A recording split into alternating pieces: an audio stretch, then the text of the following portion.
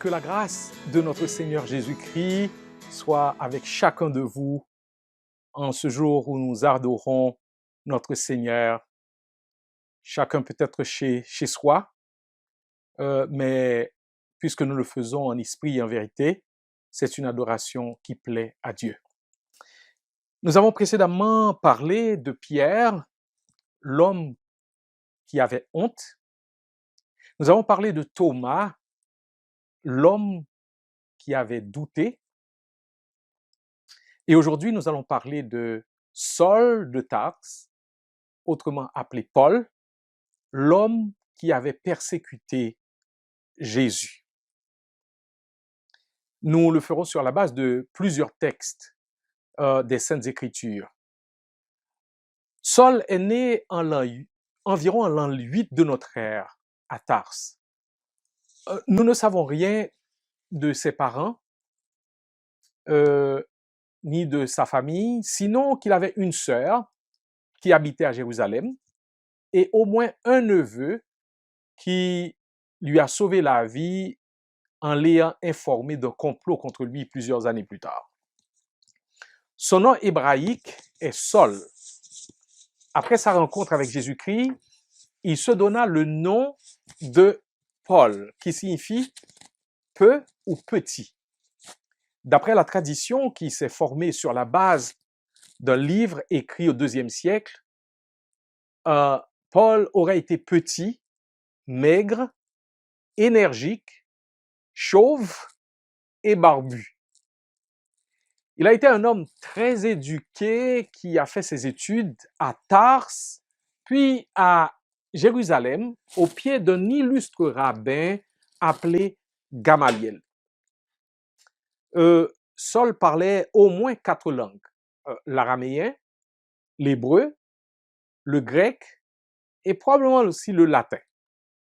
La vie de Paul se déroula sous le règne de 5 empereurs: Auguste, Tibère, Caligula, Claude et Néron.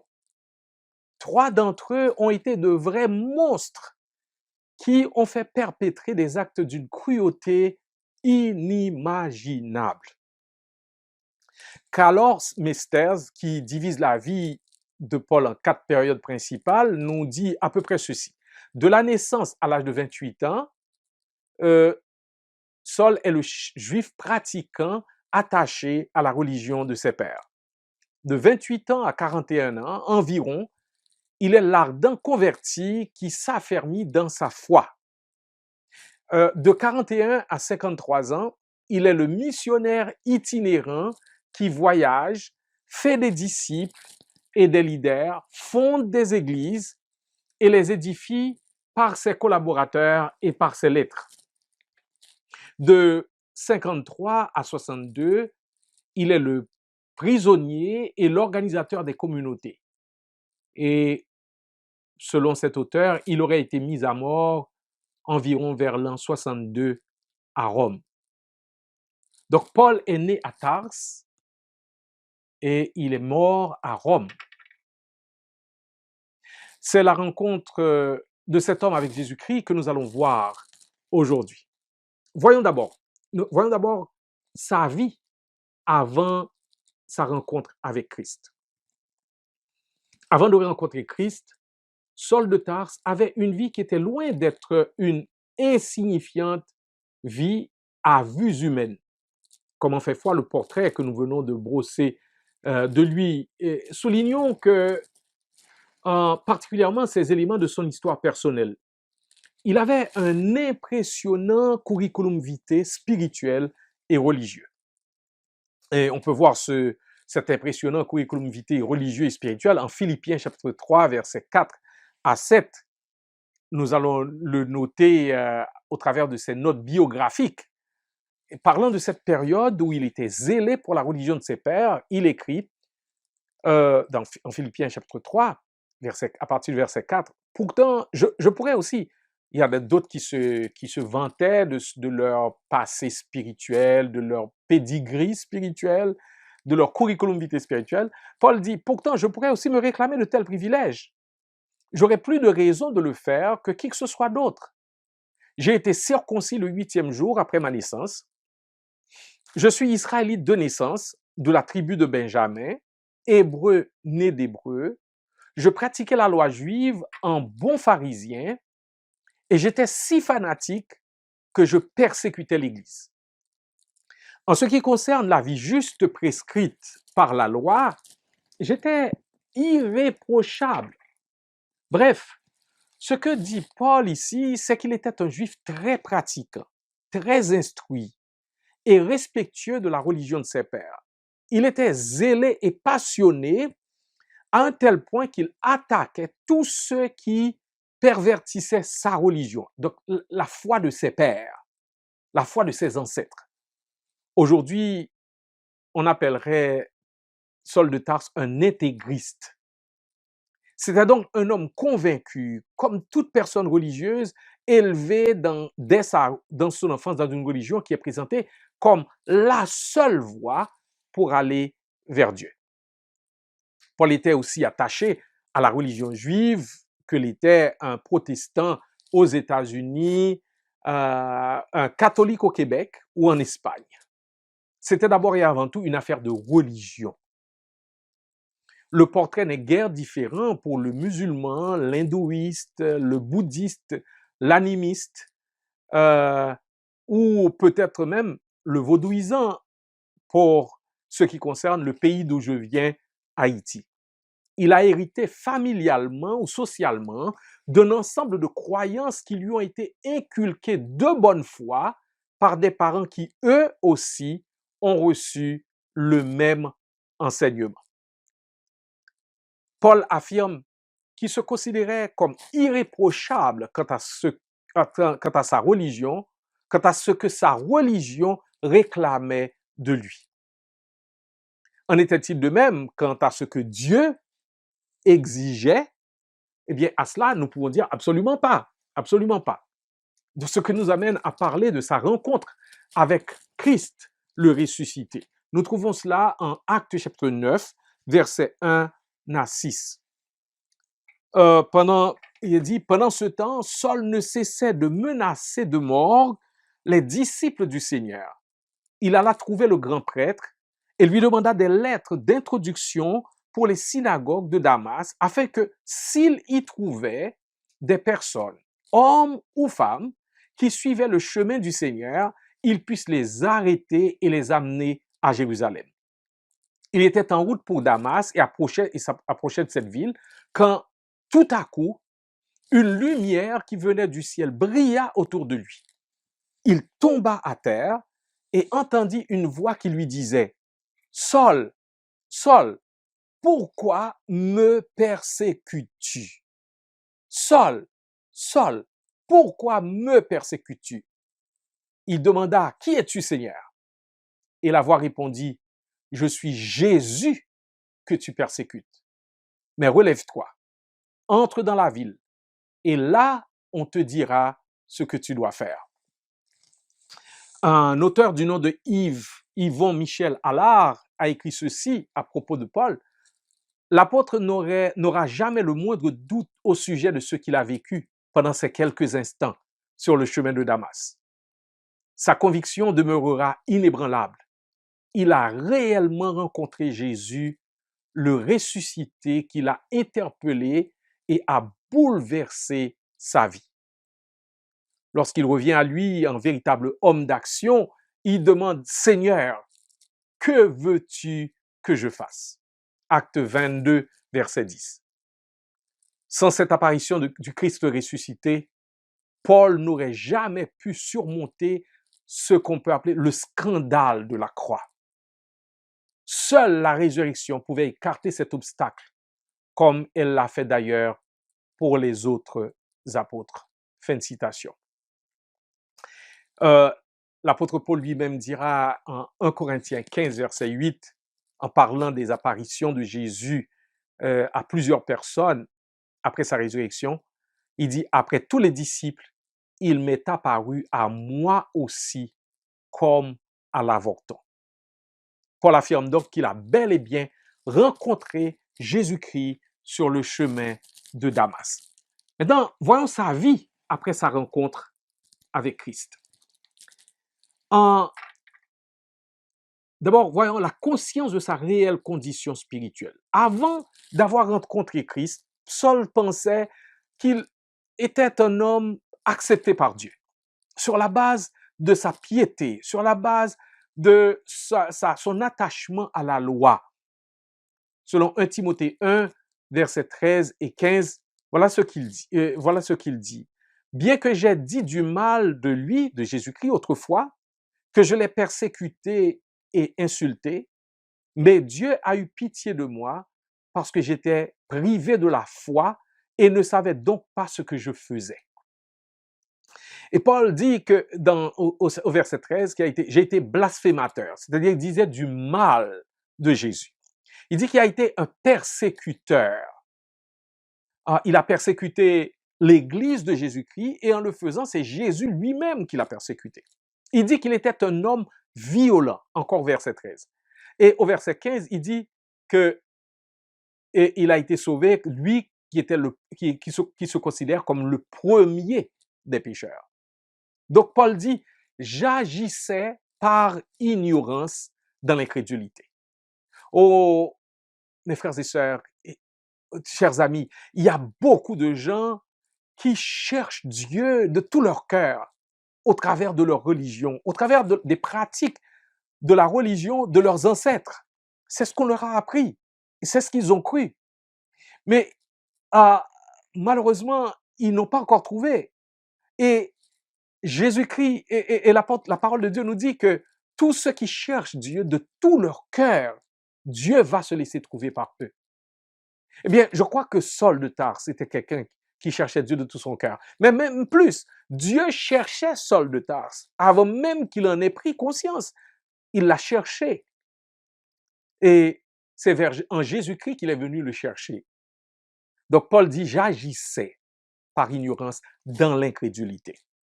Une deuxième chose que nous pouvons considérer dans cette rencontre, sa merveilleuse transformation après sa rencontre avec Jésus-Christ. Il y a en fait, nous pouvons considérer premièrement sa vie. En Philippiens 1, verset 21, autrefois sa vie c'était sa religion. La loi, les traditions, les rites, les fêtes, les règles à respecter, la loi avec ses prescriptions. Mais depuis sa conversion, sa vie, c'était Christ. Il a dit, car par moi, la vie, c'est le cas pour moi plutôt, dit-il au verset 21 de Philippiens 1, car pour moi, la vie, c'est Christ et la mort est un gain.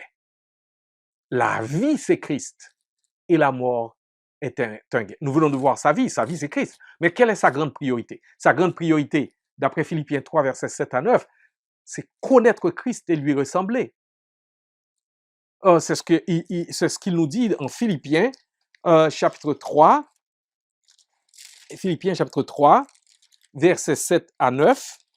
L'apôtre dit ceci, mais ces choses qui étaient pour moi des gains, après avoir parlé de son curriculum vitae très prestigieux, quand il dit que moi aussi, j'aurais sujet de me mettre ma confiance en la chair, si quelqu'un autre croit pouvoir se confier en la chair, je le puis bien davantage. Moi, circoncis le 8e jour, de la race d'Israël, de la tribu de Benjamin, hébreu né d'hébreu, quant à la loi pharisien, quant aux zèles, persécuteurs de l'Église, irréprochable à l'égard de la justice de la loi. Et il y a un mais là. Il dit, mais ces choses qui étaient pour moi des gains, je les ai considérées comme une perte à cause de Christ.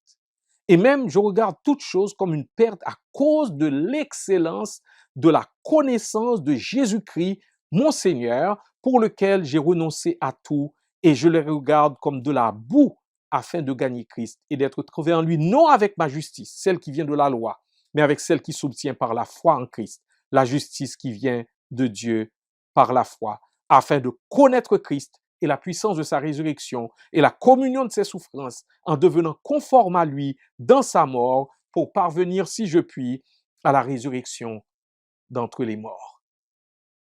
La grande priorité de Paul, à partir de cette rencontre, était devenue cette passion, connaître Christ et lui ressembler. Autrefois, sa grande priorité était la défense de la religion de ses ancêtres. À partir de sa conversion, sa grande priorité, c'était d'avoir une relation intime avec Jésus-Christ et de grandir dans une transformation de son caractère à l'image du caractère de Christ. Ah, quelle conversion! On ne peut rencontrer Jésus sans que sa vie soit bouleversée et sans que ses priorités changent. Maintenant, parlons de son ardent désir. Philippiens 3, verset 9. Eh bien, son ardent désir, c'est être trouvé en Christ.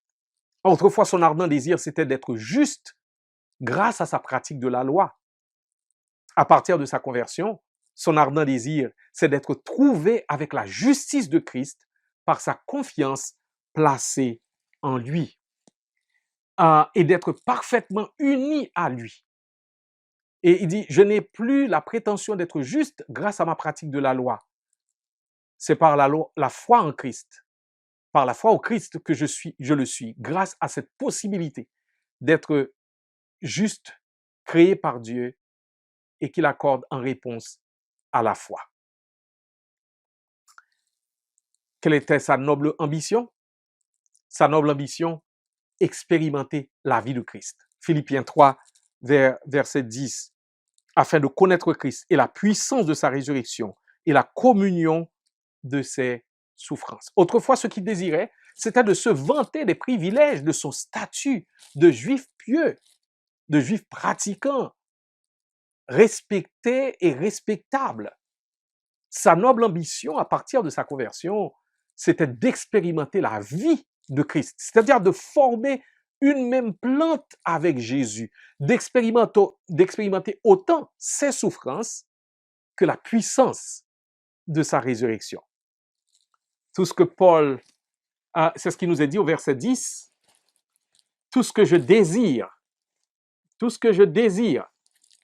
c'est de connaître le Christ et la puissance de sa résurrection, d'avoir part à ses souffrances et d'être rendu semblable à lui dans sa mort. Et quelle était donc la grande passion de Paul? Il dit en Acte 20, verset 24, c'est faire connaître Christ. Sa grande passion, faire connaître Christ. Autrefois, sa grande passion, c'était de faire connaître la religion de ses ancêtres et de la défendre du bec et des ongles. Depuis sa conversion, ce n'était pas une religion qu'il voulait. Ce n'est pas une religion qu'il voulait promouvoir, ni publiciser, mais une relation personnelle avec Jésus-Christ. Il voyait chaque personne qu'il rencontrait comme un pécheur qui a besoin de Jésus-Christ. Peu importe son sexe, sa condition socio-économique, son niveau d'instruction, il était désireux de les voir tous expérimenter ce qu'il avait lui-même expérimenté dans sa foi en Jésus-Christ. C'est ce qui le porte à dire en Acte 20, verset 24, « Mais ma propre vie ne compte pas à mes yeux. Ce qui m'importe, c'est d'aller jusqu'au bout de ma mission et d'achever la tâche que m'a confiée le Seigneur Jésus. Proclamer la bonne nouvelle de la grâce de Dieu. » Proclamer la bonne nouvelle de la grâce de Dieu. Voyons maintenant son immense privilège. Son immense privilège, c'est de souffrir avec Christ. Nous trouvons Matthieu 5, verset 11, 1 Thessaloniciens 2, verset 2, Colossiens 1, verset 24 et 2 Corinthiens 11, verset 23 à 28.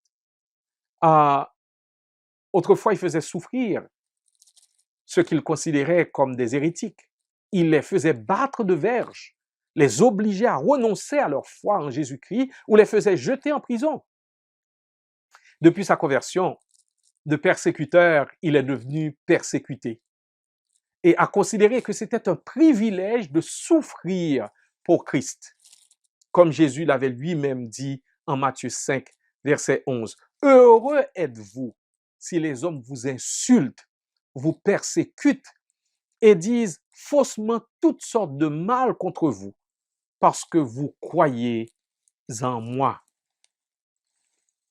Colossiens 1, verset 24 nous dit, « Maintenant, je me réjouis des souffrances que j'éprouve pour vous, car en ma personne, je complète ainsi ce qui manque encore aux souffrances du Christ pour son corps qui est l'Église.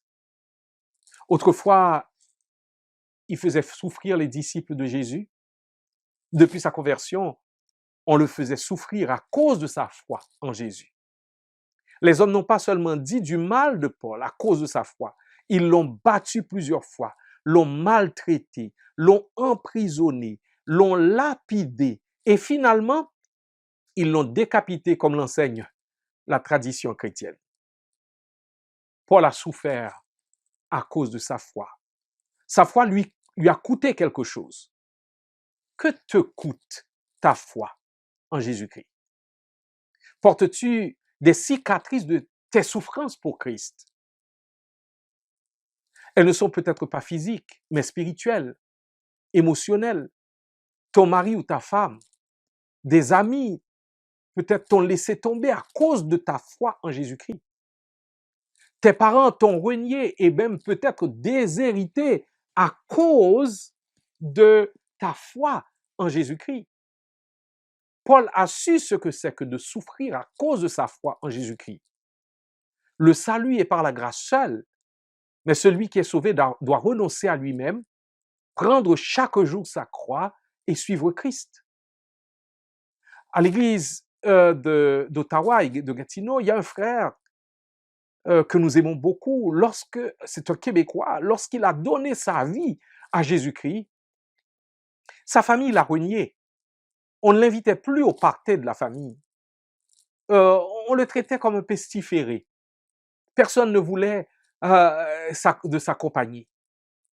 Dieu, grâce soit rendue à Dieu, il a tenu bon dans la foi. Et après des années, quelques-uns des membres de sa famille se sont tournés vers Jésus-Christ. Oh, que le Seigneur est bon. Il y en a, peut-être que tu es en train de souffrir à cause de ta foi. Tu es mis en quarantaine. Tes parents t'ont renié. Tes amis t'ont laissé tomber. Eh bien, c'était le cas pour Saul. Lorsqu'il a rencontré Christ, il a pris position pour Christ et a embrassé aussi les souffrances de sa foi en Jésus-Christ. Est-ce le cas pour toi? Est-ce le cas pour toi? Mais nous pouvons voir aussi sa merveilleuse destinée. C'est être avec Christ éternellement, Philippiens 1, verset 23. L'apôtre Paul dit ceci, je le cite, « Je suis tiraillé par deux désirs contraires. J'aimerais quitter cette vie pour être avec le Christ, ce qui serait bien préférable. » Autrefois, Saul s'accrochait à ce monde et à ce qu'il lui offrait. Depuis sa conversion, pour Paul, quitter ce corps et être avec Christ était sa merveilleuse destinée et l'objet de son profond désir. Quitter cette vie signifie mourir. Paul n'avait pas peur de la mort. Il n'avait pas peur de la mort, puisque Christ était sa vie. Il considérait la mort même comme un gain parce que cela lui permettait d'être absent du corps et présent avec Christ. Ce n'est pas à cause des problèmes de la vie qu'il désirait quitter cette vie. Non, non, non, non. C'est parce que les choses du ciel avaient désormais pour lui plus d'importance que les choses de la terre. Et maintenant, voyons son puissant témoignage après sa rencontre avec Christ. Eh bien, nous trouvons cela en Acte 9, versets 1 à 19, Acte 22, versets 4 à 16 et Acte 26, versets 9 à 18. Je vous les cite encore, notez-les pour pouvoir aller relire ce texte. Acte 9, versets 1 à 19, Acte 22, versets 4 à 16 et Acte 26, versets 9 à 18. À trois reprises, Luc, l'auteur du livre des Actes, parle de la conversion de Paul. Il raconte une fois sa conversion et les deux autres fois, c'est Paul qui partage lui-même son histoire avec un jeu. Il y a des dénominateurs communs dans ce qui est dit de la vie de Paul. Sa vie est séparée en deux périodes par l'événement de sa rencontre avec Jésus-Christ. Nous pouvons voir premièrement la vie sans Christ. La vie sans Christ. Et deuxièmement, la vie en Christ. Paul avait depuis sa conversion une histoire de vie à raconter. C'était une belle histoire. Il était un affamé qui avait trouvé du pain en Jésus-Christ et qui amenait tous les affamés qu'il rencontrait à Jésus pour qu'ils trouvent eux aussi du pain en lui. Tu es ce matin là où tu es en train de m'écouter. Et en m'écoutant, tu es en train de te dire à l'intérieur, cette nouvelle vie, c'est bien ce qu'il me faut. Je ne peux plus vivre comme j'ai vécu au cours des 10, 20, 30 dernières années. Il me faut une transformation. J'ai établi depuis belle lurette un gouvernement de moi, par moi et pour moi. Jésus-Christ a été le grand absent de ma vie. Il en a résulté pour moi une absence de sens de la vie, des choix. Et j'ai fait des choix et j'ai pris des décisions qui me font pleurer. J'ai une culpabilité qui ne me lâche pas. La codépendance affective ou la dépendance de telle ou telle chose, le désespoir, le désir même de mourir, c'est ce qui est constamment présent dans ma vie. Je n'en peux plus. Je veux une vie nouvelle. J'ai besoin de Jésus. Alors, quoi faire, pasteur? Eh bien, je vais te dire premièrement que Jésus est plus intéressé à te donner cette vie nouvelle que tu ne peux le penser. Il t'a tellement aimé qu'il est allé à la croix payer la dette de tous tes péchés, afin que tu reçoives le pardon de tous tes péchés, afin que tu te réconcilies avec Dieu envers qui tu as été jusqu'ici rebelle. Jésus a reçu à ta place la manifestation de la colère de son Père, lorsqu'à la croix, il a pris la place que toi et moi devions occuper. Dieu son Père a détourné sa face de lui quand il portait tous nos péchés sur lui pour que tu aies maintenant une relation personnelle avec Dieu le Père, en lui et par lui. Tu as vécu comme Paul sans lui jusqu'à aujourd'hui. Paul l'a rencontré sur le chemin de Damas. Toi, tu le rencontres maintenant dans ton salon, dans ta voiture, là où tu es en train d'écouter ce message. Et que dois-tu faire? Que dois-tu faire? Je vais te dire. Premièrement, tu dois te repentir. Qu'est-ce que cela veut dire? Cela veut dire avouer comme Paul que tu es un pécheur qui a été rebelle envers le Dieu qui t'a créé. Tu as pris le trône que lui seul devait occuper dans ta vie. Tu as vécu ta vie par toi et pour toi, sans référence à lui, sans te soumettre à lui. Oh, peut-être que même tu as été un chrétien du dimanche matin et tu es allé entre guillemets, à la messe. Tu as vécu pour toi-même. Et ce que tu dois faire, c'est te repentir. Se repentir, c'est admettre que tu reconnais que tu as été seul maître de ta vie, seul capitaine de ton âme. Se repentir, c'est dire avec Paul, c'est une chose certaine et entièrement digne d'être reçue, que Jésus est venu dans le monde pour sauver les pécheurs, dont je suis le premier. Donc tu dois faire volte-face, faire demi-tour et changer de pensée par rapport à Dieu, par rapport à toi-même, par rapport à ton péché. Et le péché, essentiellement, c'est cette autonomie par rapport à Dieu qui produit des péchés. Deuxième chose, tu dois placer toute ta confiance en Jésus-Christ, en lui seul. Jésus est le seul qui est mort pour tes péchés à la croix. Ce n'est ni la religion, ni la loi, ni Marie, ni Joseph, ni aucun autre saint. Personne d'autre n'est mort pour toi. C'est Jésus qui est mort pour toi. C'est Jésus et Jésus seul qui a satisfait les exigences de la sainte justice de Dieu son Père. Il est le seul sauveur, le seul Seigneur, le seul chemin, le seul avocat auprès du Père, le seul médiateur entre Dieu et les hommes. C'est en lui que tu dois mettre ta confiance, toute ta confiance. Tu dois ce matin, comme Saul sur le chemin de Damas, lui dire, me voici. Que veux-tu que je fasse? Que veux-tu que je fasse? As-tu jamais eu une rencontre spirituelle avec Jésus-Christ? Si oui, quels sont les changements évidents qui en témoignent? Est-ce que Christ est ta vie, ta priorité? Est-ce que Christ est, comme pour Paul, la grande passion de ta vie? Sinon, pourquoi ne pas à l'instant même faire ces deux choses dont je viens de te parler? Faire demi-tour spirituellement et placer ta confiance en Jésus comme ton seul sauveur et Seigneur. Pour toi qui l'as déjà fait, qui authentiquement t'est repenti de tes péchés et a placé sa confiance en Jésus-Christ, eh bien, je te dis, demeure en Christ. Demeure en Christ pour porter beaucoup de fruits. Dépends de lui par l'action de son esprit en toi. Laisse l'esprit avoir beaucoup plus de toi. Non pas que tu aies plus de l'esprit, mais que l'esprit ait plus de toi, qu'il occupe tous les espaces, tous les recoins de ta vie et que tu sois constamment sous son contrôle. Que l'Esprit de Dieu te soit en aide.